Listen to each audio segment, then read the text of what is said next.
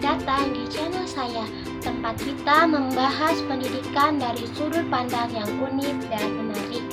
Perkenalkan, nama saya Intan Andini, dan hari ini kita akan menjawab pertanyaan yang sering muncul. Apakah filsafat pendidikan masih relevan di era digital? Yuk, simak sampai akhir. Sebelum kita masuk ke relevansinya, kita perlu tahu dulu apa sih filsafat pendidikan itu. Filsafat pendidikan adalah cabang filsafat yang membahas dasar-dasar, tujuan, dan nilai-nilai dalam pendidikan.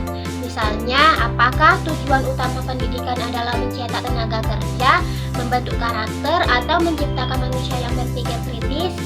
Filsafat pendidikan membantu kita menjawab pertanyaan ini, memberikan landasan bagi kurikulum, metode pengajaran, dan kebijakan pendidikan.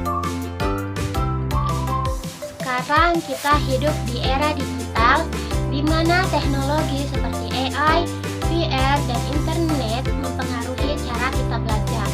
Tapi justru disinilah peran filsafat pendidikan menjadi penting. Kenapa? Nah, yang pertama, filsafat membantu kita memahami etika penggunaan teknologi. Misalnya, apakah penggunaan AI untuk menilai siswa itu adil?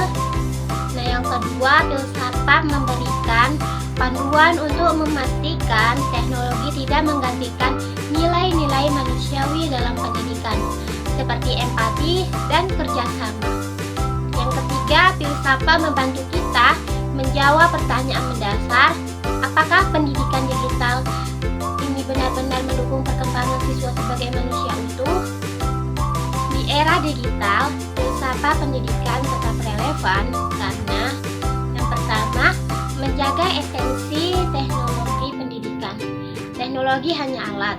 Filsafat memastikan pendidikan tetap berfokus pada pembentukan karakter dan pemikiran kritis.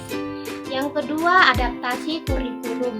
Dengan dasar filsafat, kita bisa merancang kurikulum yang sesuai dengan kebutuhan zaman tanpa kehilangan jati diri. Yang ketiga, memecahkan dilema etis. Contohnya, apakah etis memberikan perangkat teknologi kepada anak-anak kecil tanpa membatasi aksesnya?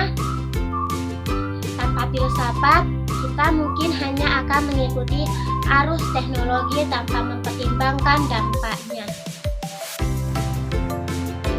Jadi, apakah filsafat pendidikan masih relevan di era digital? Jawabannya sangat relevan, karena filsafat pendidikan bukan hanya teori, tapi landasan yang membantu kita memahami apa tujuan pendidikan, bahkan di tengah perkembangan teknologi yang pesat. Kalau menurut kalian bagaimana? Apakah filsafat pendidikan masih punya tempat di era digital